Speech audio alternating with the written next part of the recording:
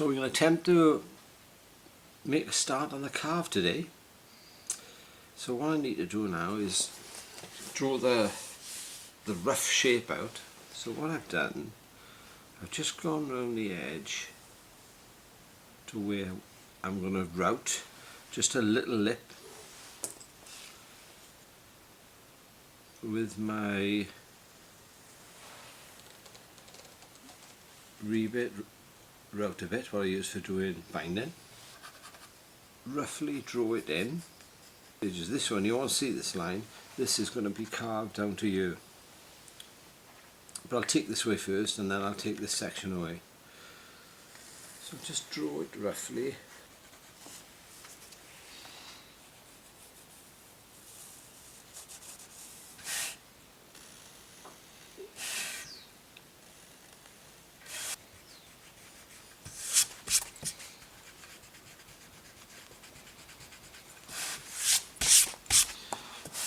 So it's going to be something like that.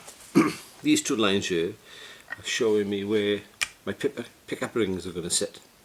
So this section of the guitar will all be flat. The carve will be by you, and then feather it in a little bit. Apart from routing this edge, which is going to take it down to, you'll see this, it's going to take it down to 6mm by there. That's how much of the fake binding that's going to be left, see? So the next thing now, set the router up and have a little go of it.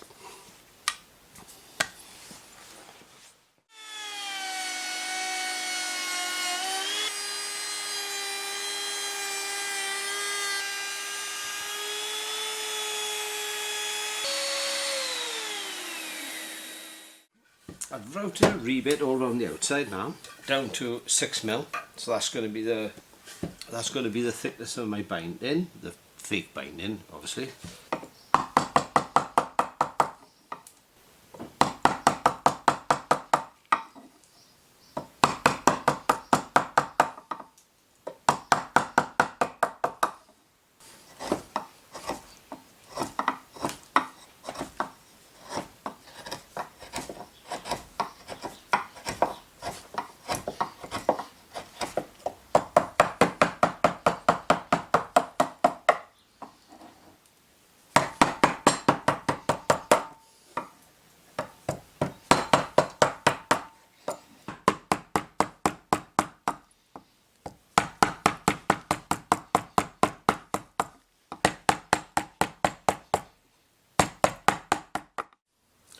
So I'm down about halfway to where I had routed to my 6mm binding. I sanded it and I've chiseled it and sanded it again to try and start making the shape.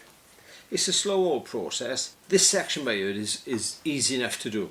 You go in with a grain, but by ear you can have some breakout. I'm not getting it this side, to be honest with you, but I'm getting this way, so I'm assuming it's something to do with the grain, right? But I don't want any more breakout on it, so I'm going to be really careful by ear. Just take my time with it.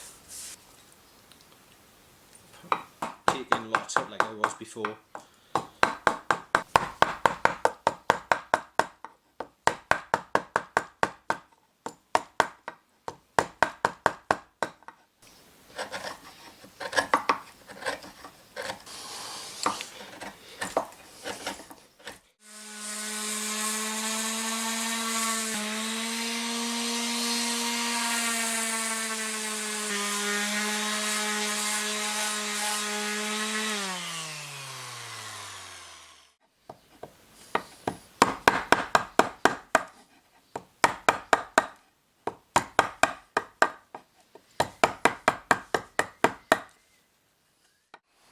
So the carve now is beginning to take shape. It's not so much of a carve that I've done in the past. It's a bit more of a taper to it, actually. I may shape a little bit with the sander, but I've sanded this down to the rebate, and I got a nice crisp line by there now. I'm going to do this section by hand. I'll have to have a look at my other one, to be honest, because I'm not really sure how I'm going to bring this around. This side's not so bad. There's a bit of a deep carving by here for access, but it's a long old process. So I'll carry on sanding now. I've come indoors to do this because the weather has changed and it is absolutely lashing down with rain. So I'll plod on.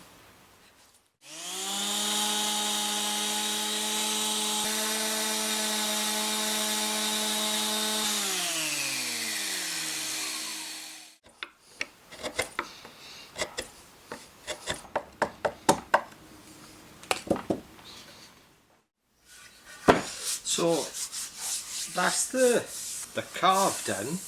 I still don't know whether I'm going to put a little bit of a step in here when I come to do the final sanding, but I'm happy enough for that. So we can move on to the next stage now, and will be.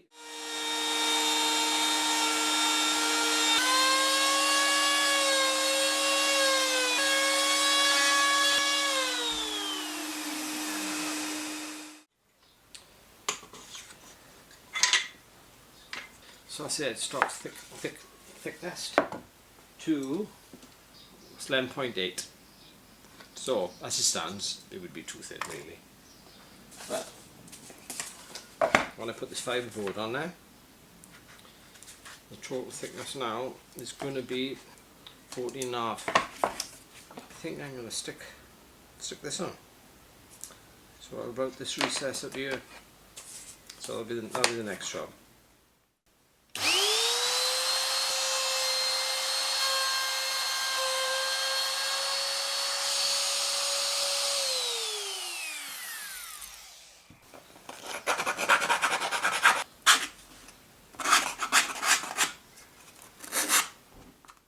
So what we're going to start doing now is read this in the fingerboard. I'm just going to put a little sheet of paper down because I want to catch some of the sawdust so I can use it for filling in on the ends of the frets. Now the block I'm using is it's an arm-made block. It was just radiused out for me. 12 inch one side, 9.5 inch other. My little stew mark gauge. So we're going to do it 9.5, and it won't take us long to do it. You give it a go.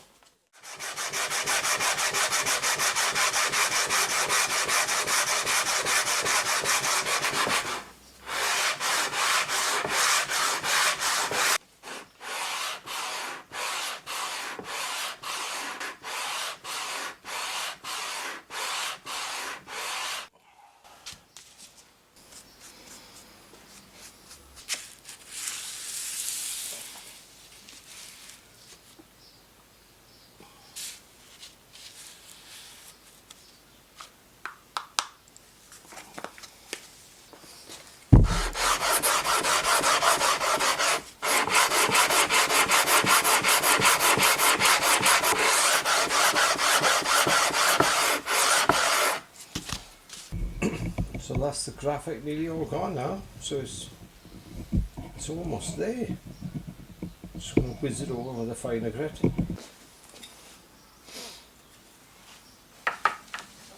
That looks good. 9.5, 9.5, 9.5. It looks pretty good, to be honest there. Straight there because how flat the board is. And that ain't too bad. I don't think I'm going to take any more of that off. I'll wait until I carve the back of the neck and adjust the truss rod, and that'll give me a better idea of how level the board is, but it looks really good. I'm pleased with that. So I'll just whiz over it now with some, I don't know, 120 up to 180, something like that, and start marking him out then for the dots. Before I forget, because I do forget, I've done that twice. And I've got to put them in when the frets are in. It can be done, but it's just a potch.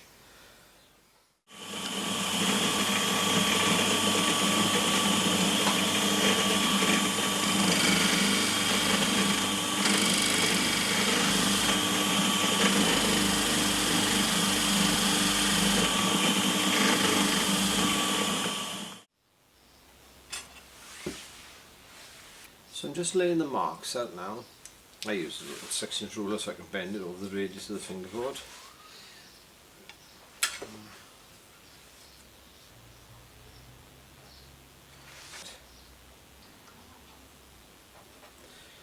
So what I do, I draw a centre line up through the fingerboard and then cross corners and diagonals then at each fret, and you'll soon know if you were right because that cross then will land exactly on your centre line. Just give me a little tap then with a centre pop to help you out when you're drilling them in with a brad point drill. Right, so that's all the dots marked up. Just gonna give them a little tap now. Just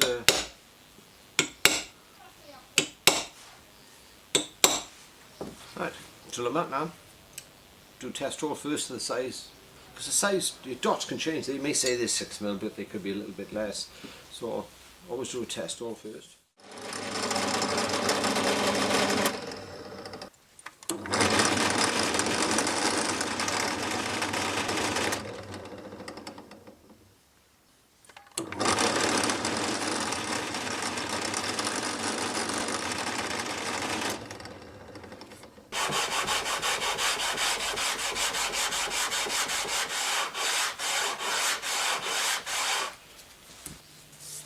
And that's it now. But this is as easy as that. It doesn't take very long to do your dots. Sanded out to 120. Fingerboard starting to look really nice. I will take it down probably to 180, 240. Quick whiz over. I'll take you for a ride now and show it.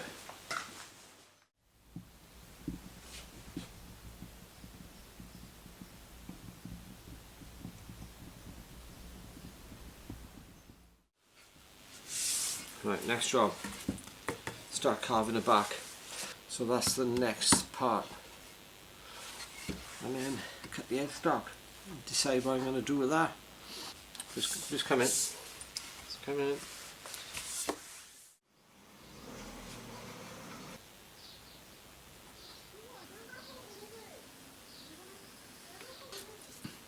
So I'm just going to put some rough markings on your centre line. I'm going to do another line on the edge of the neck, about 3mm from the end of the fingerboard. The same both sides. And accurate about this. And then what I'm going to do then, I'm going to half them.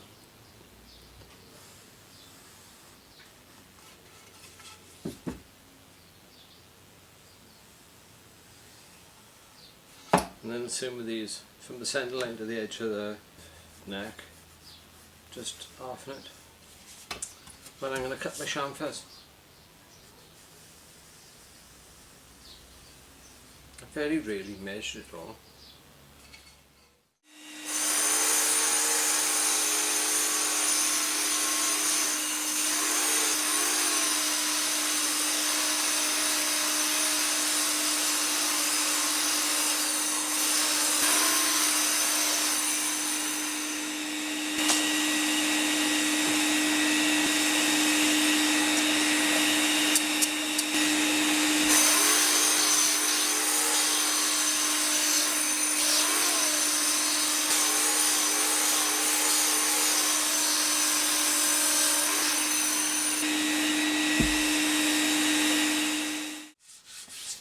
So that's the first two facets cut.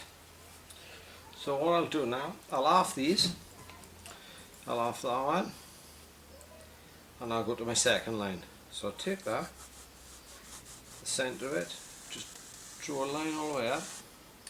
I'll take from that facet to the line I put 6mm from the end of the fingerboard. Same the other side. There'll be a facet cut on that edge now, and then a shallow one then from this point to the centre. Just knock the edge off really.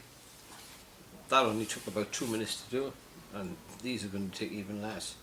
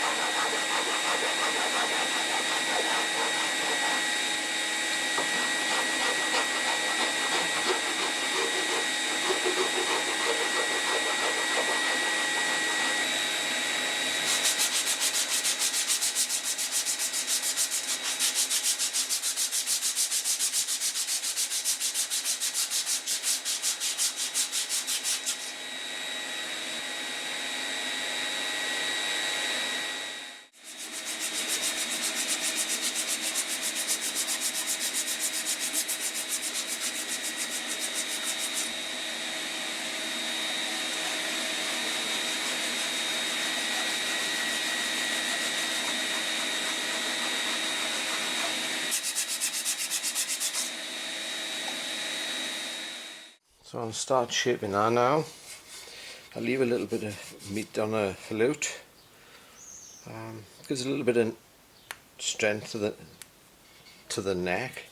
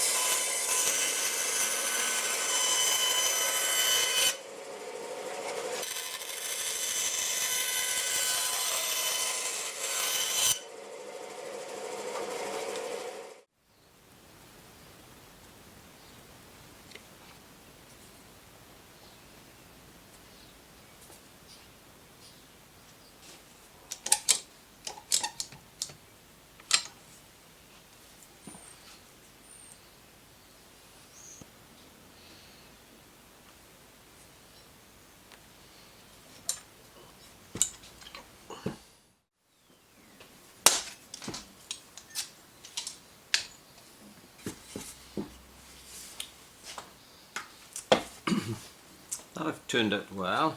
This Fingerboard, I'm not a great fan of the Fingerboards, to be honest with you. I know they come out nice on the Gibsons, but I've done it a few times, but I do tend to like to use ebony. So with this now, I don't know whether I'm going to just lacquer it straight on there, or I'm going to put a bit of a stain on, a bit of a dye on it. I probably will, actually. I know they do recommend doing it sometimes, but I've done it without it and they've turned out well. So all we got to do now is just clean off the waste now. There's two ways of doing it. You can route it, or you can sand it on a bobbin sander. Either way will do it. Right, see you in a minute.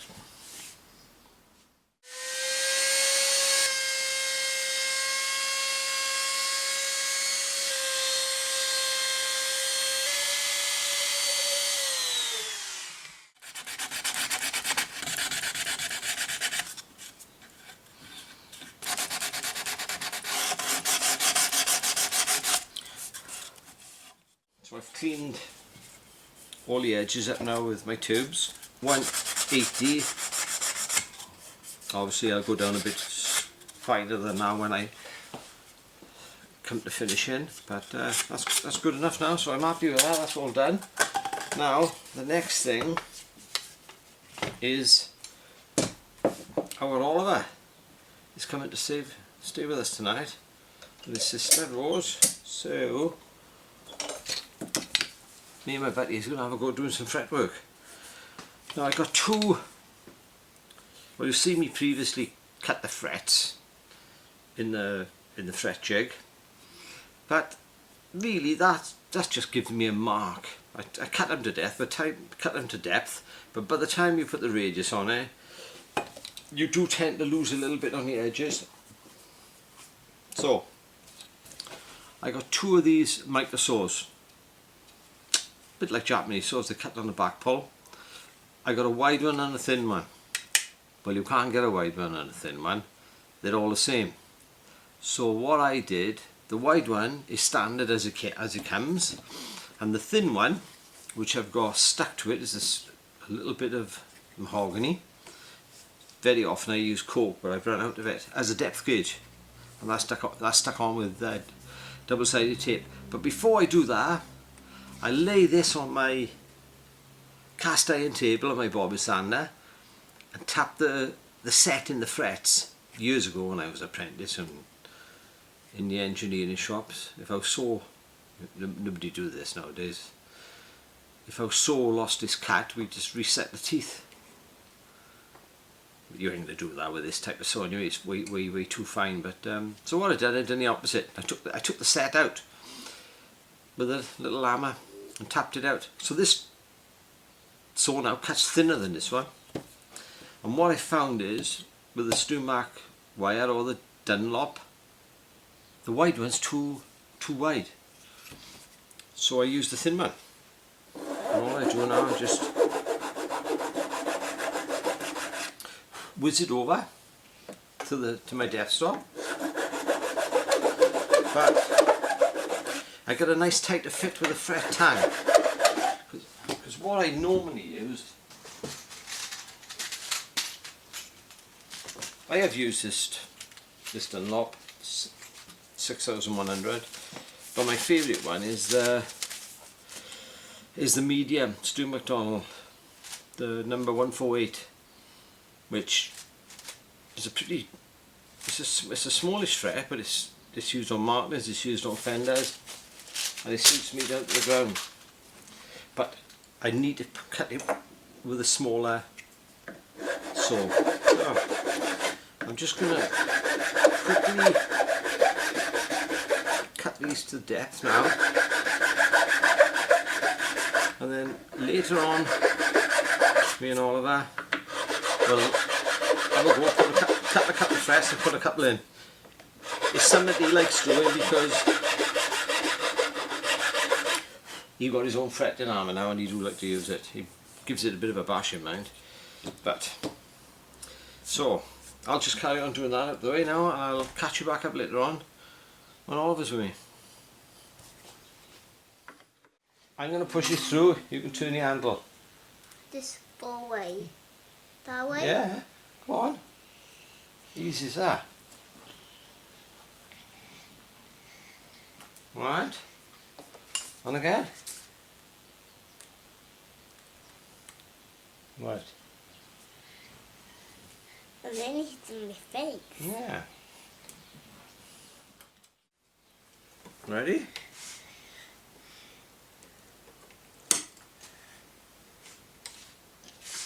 Next door.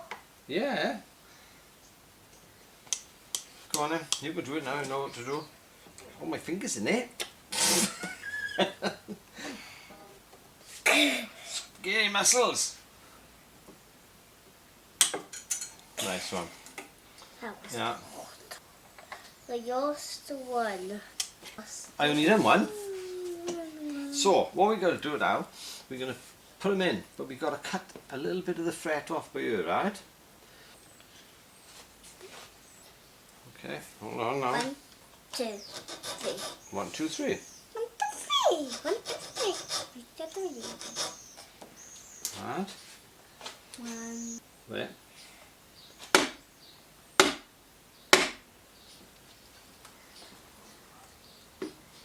Just doing it, and you said, Basha, you do be told, and I done it. You too did, hard. you bashed it too hard, didn't you? Yeah. Right, come on then. You missed the one by there. I didn't. Oh, 4. I've done 4. I seen you miss it, but Did I miss it? Right. yeah. How many knocks? 1, 2, 3. 1, 2, 3. One there now. 2. Good boy. 3. So check. Thanks, 5. 3. I Okay. hit it. We're halfway down now. That'll do us for a minute, okay? And then we'll come back to it. I'm gonna grab a meat. Yeah. Hold on. Bye bye. We'll see you in a minute. So this is the last one here now. When I'm nipping the tangs off, I do try to keep them in one place. And the reason for that is, if you miss one on the workbench and you put the guitar body down, or any other job you're going to be doing, they don't half damage it or scratch it. So I try to nip them off and try to isolate where I don't just have them falling willy-nilly all over the place.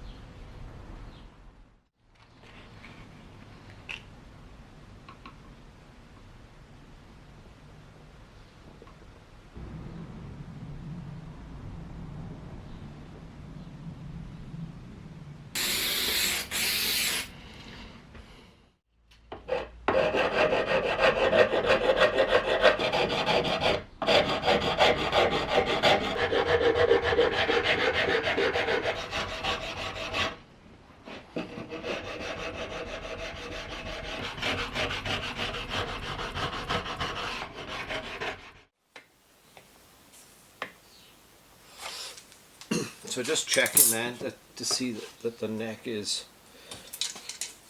pretty straight before I start leveling it a little bit.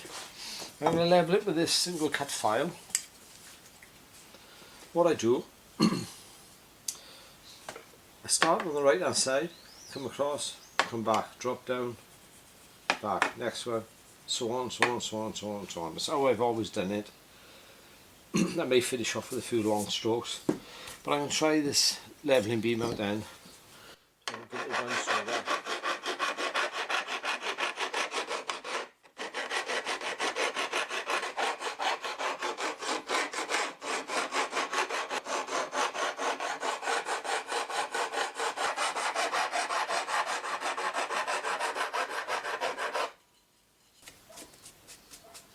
The only difference between these two, this is a Stu Mark one, a single cut. This is a fine cut file that I made in one of my videos. And to be honest though, it cuts a little bit smoother than this one. It's a good thing. Right, I'll give this a little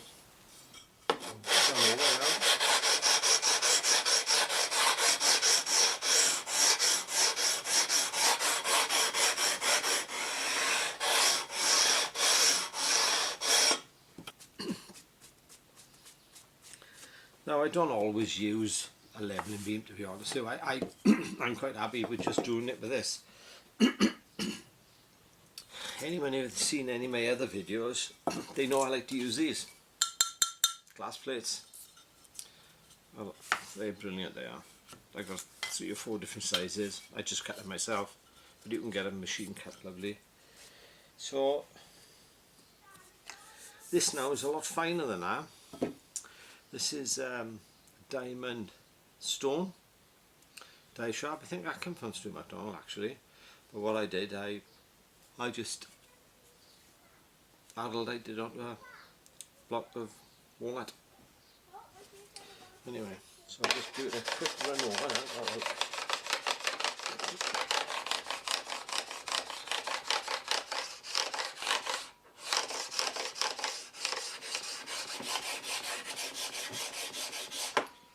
So that's all the tooling marks taken off there from the file and the abrasive on there.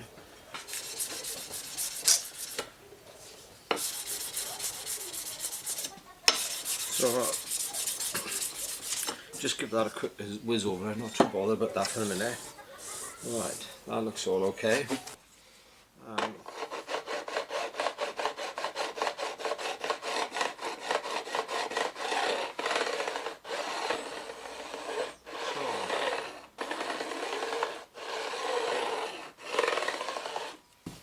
It only needs to go with the fret 3 or 4 times and it's gone, it's done. So what we're going to do now is put a fret rocker on there to see how well the leveling of the frets turned out. Any high frets we will mark just a tiny bit on the end of that one, right on the very end. So that's all I'm going to do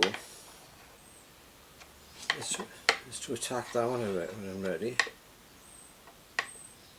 It's the middles normally level out well. It's on the ends you want to watch. Well, this is going good guns, it says, only that little tiny bit.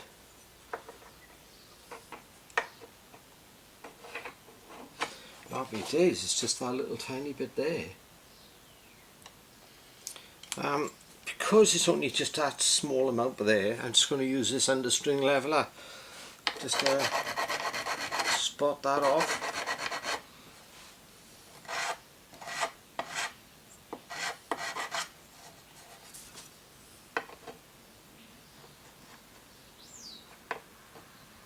And that's it gone.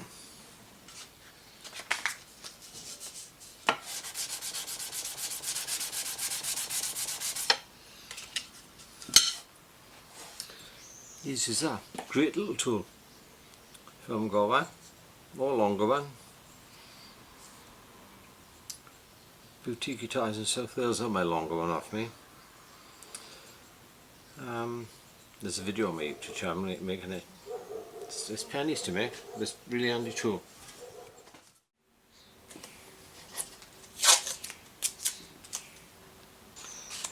I normally leave this for our Oliver because he likes doing this. And to be honest though, for a 5-year-old, he does a really neat job. He'd have picked me up on it sometimes.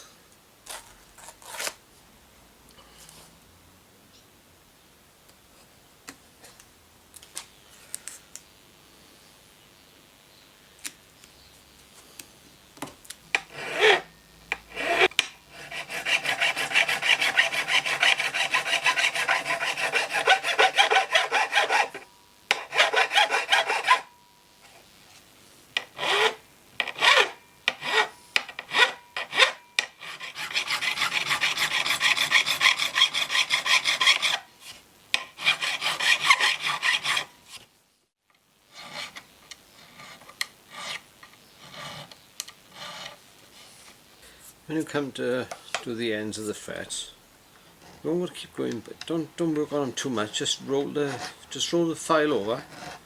It's a smooth single cut file.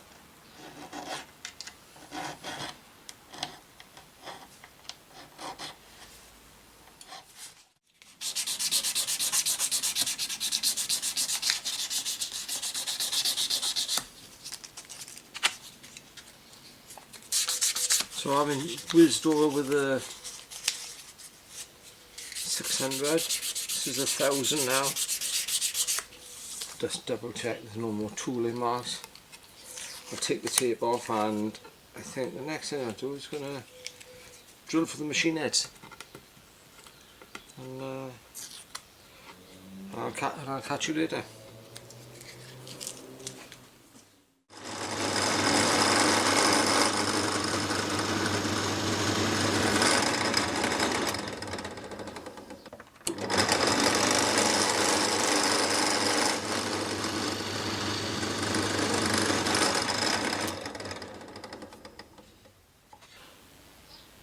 So all the holes are drilled now for the headstock.